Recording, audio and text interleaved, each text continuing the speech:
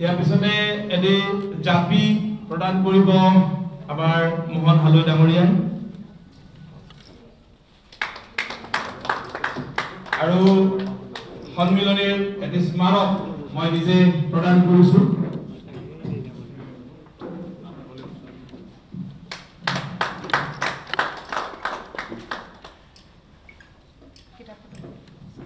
এটি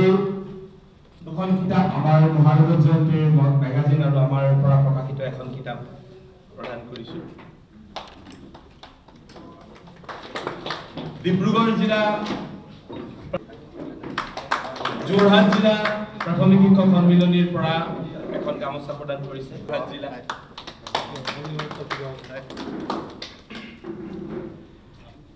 বজালী মহকুমা প্ৰাথমিক শিক্ষক সন্মিলনীৰ তৰফৰ পৰা এখন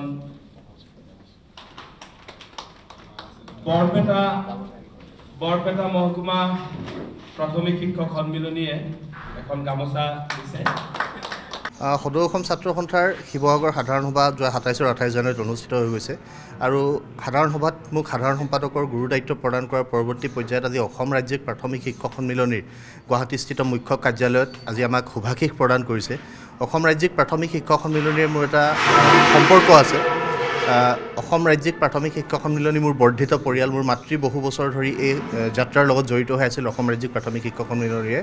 আৰু আজি তেওঁলোকে আমাক যি মৰম আশীষ প্ৰদান কৰিলে তেওঁলোকৰ মৰম আৰু আশীৰ্বাদক অভিভাৱকত্বক সাৰথি কৰি আহিব লগা দিনত জাতীয় জীৱনৰ কাৰণে অধিক বলিষ্ঠভাৱে সংকল্পবদ্ধভাৱে কাম কৰিবৰ কাৰণে আমি আজিৰ দিনটোত পুনৰ সাহস আৰু উদ্যম আমি গোটাইছোঁ আৰু আহিব লগা দিনত যাতে অসমৰ জাতীয় জীৱনৰ কাৰণে সদৌ অসম ছাত্ৰ সন্থাই একেলগে আমি কাম কৰি যাব পাৰোঁ অসম ৰাজ্যিক প্ৰাথমিক শিক্ষক সন্মিলনীও দীঘলীয়া সময় ৭৫ বছৰ ধৰি তেওঁলোকে অসমৰ ছাত্ৰ সমাজৰ উন্নয়নৰ কাৰণে জাতিটোৰ উন্নয়নৰ কাৰণে কাম কাজ কৰি আছে আৰু সকলোতে তেওঁলোকৰ চিন্তাৰে অসমৰ ৰাইজক নতুন বাটৰ সন্ধান দিবৰ কাৰণে চেষ্টা কৰি আছে এই বাটত আমি একেলগে কাম কৰাৰ বাবে আজিৰ দিনটোৰ পৰা পুনৰবাৰ আমি ঐক্যবদ্ধভাৱে আগবাঢ়ি যোৱাৰ সংকল্প আমি আজি গ্ৰহণ কৰিছোঁ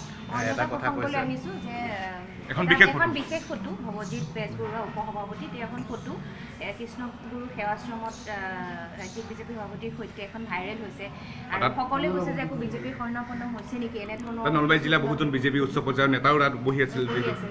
কি ধৰণৰ বিষয় বা আপুনি কেনেধৰণে চাব কি যেটো আচলতে ৰাজনৈতিক সংগঠন বুলি এই বিষয়টো সন্দৰ্ভত আমি অৱগত এতিয়া হৈছোঁ আমি বিষয়টো আলোচনা কৰি ল'ম আমি কেন্দ্ৰীয় সমিতিৰ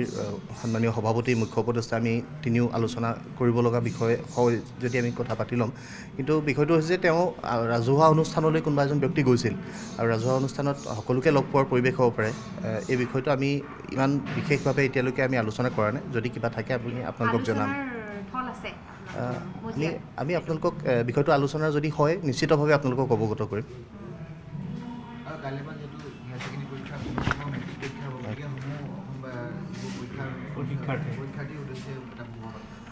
সকলোখিনি পৰীক্ষাৰ্থীয়ে যাতে সুকলমে পৰীক্ষাটোত বহিব পাৰে আৰু পৰীক্ষাৰ্থীসকলে যাতে ন্যায় পায় এই ক্ষেত্ৰত সদৌ অসম ছাত্ৰ সন্থাই ইতিমধ্যে পৰীক্ষা পৰিচালনা কৰা কৰ্তৃপক্ষক আমি আমাৰ দাবী উত্থাপন কৰিছোঁ আৰু তাৰ লগে লগে আমাৰ সমগ্ৰ অসমৰ ছাত্ৰ সমাজক শুভেচ্ছা জ্ঞাপন কৰিছোঁ যাতে তেওঁলোকৰ যিখিনি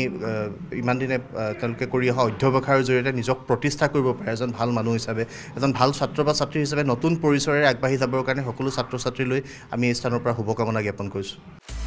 আপুনি বিচৰা বাতৰি পাব কেৱল নিউজ 18 এপত নিউজ 18 এপ ডাউনলোড কৰিবলৈ স্ক্যান কৰক এই QR কোড